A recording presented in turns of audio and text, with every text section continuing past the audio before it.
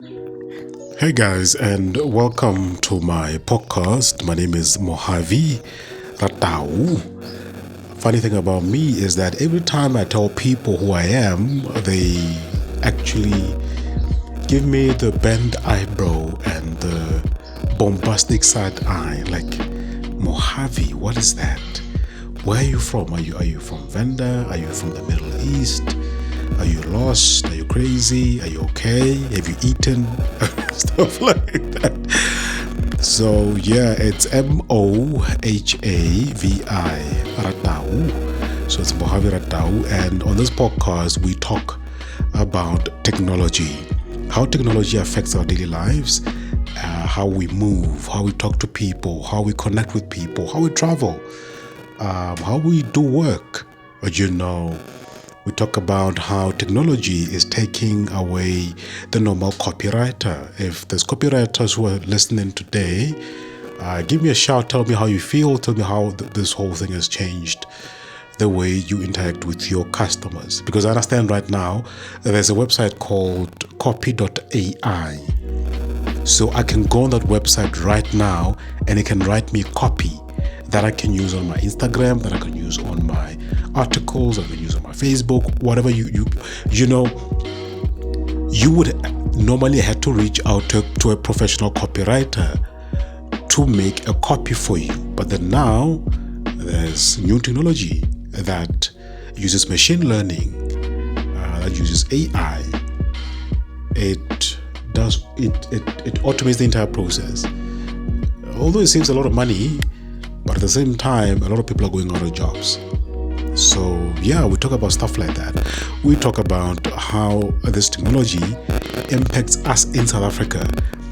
We are specifically focusing on Africa with an emphasis on South Africa, because most of these technologies are not created in Africa or in South Africa. You find that we have to wait on America to bring in new technology. We gotta wait on Japan. We gotta wait on China. I remember just before AI blew up on the internet, Dubai had a $5 billion AI park.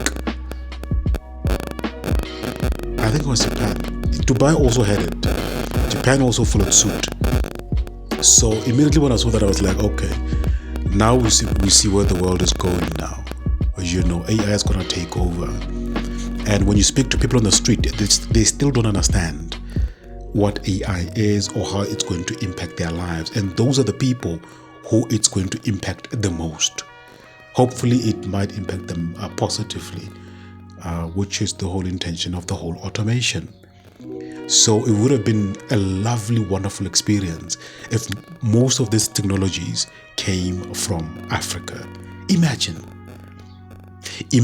if the platforms, the baseline infrastructure, the platforms were made in Africa. Imagine this technology that influences the world coming from Africa. Because most of us right now are working on projects that are not even intended to serve Africans. We're building platforms that are operated overseas, and then those platforms are sold back to us. And then, you sit and you think to yourself, I was part of the team that created this platform, but I'm a consumer now. I've become a consumer of the platform. I don't fall anywhere within the value chain of this technology. The value chain meaning that as much as I was part of the coding team, the infrastructure that brought that platform to life, I'm not part of it. So meaning that I'm going to be predominantly a consumer of whatever comes with that platform. I'm optimistic. Maybe I might not live to see it. Maybe I might live to see it. But I'll be very much fortunate if I would have the chance to live to see what these young cats have got in store for the world. These young African cats. There's so much talent in Africa. We all know that the talent could not blossom the way we wanted to because of the regulations, because of the systems that were set in place. Some of those systems, we found them, and it only after a while we start to understand them, and they serve certain purposes and certain agendas and whatsoever, but we keep on pushing and we keep on building. One of those good days, we will have infrastructure that is centrally African.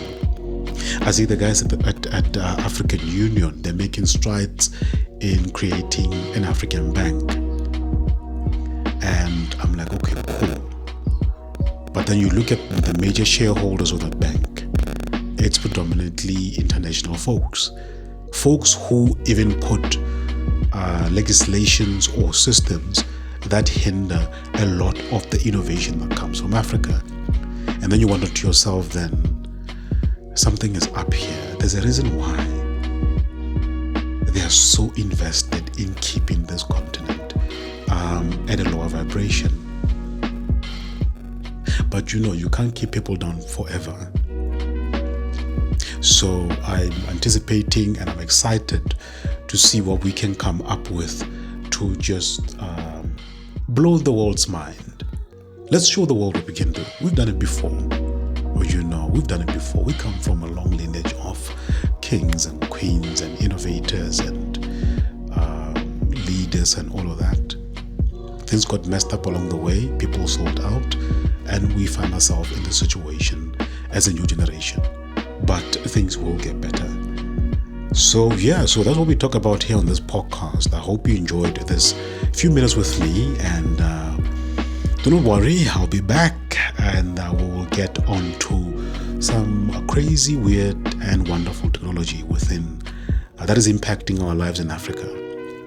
I mostly focus on technology, and because I know that it's a game changer, it impacts our lives in different ways. It's a fabric of our lives, and my major interest is that I want to talk about how it impacts our lives, and the fact that as much as it impacts our lives, why are we just consumers of this technology? Why are we just consumers? Because it makes no sense. Our children are coming up with ideas. They want to build platforms. They want to be value makers. But it seems like we're predominantly consumers of this technology. It's like a new shiny thing every year. It's coming out.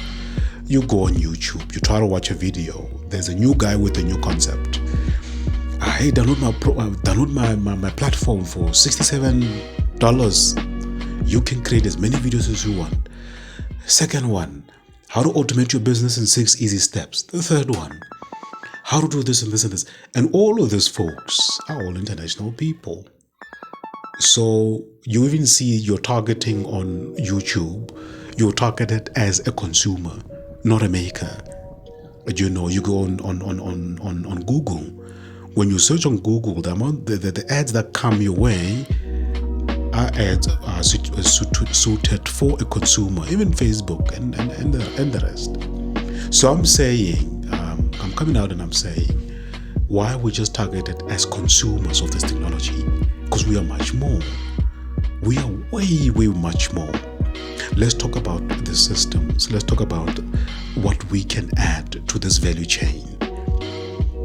The guys at BRICS are investing a lot in technology. A lot of the discussions when they were in South Africa a couple of weeks ago, they were talking about technology. They're investing in technology.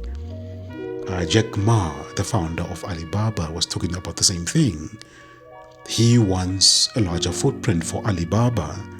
He's even developing his own Alibaba Cloud, which will compete with Microsoft Azure and Amazon Web Services, AWS. So that's the time we have for this week.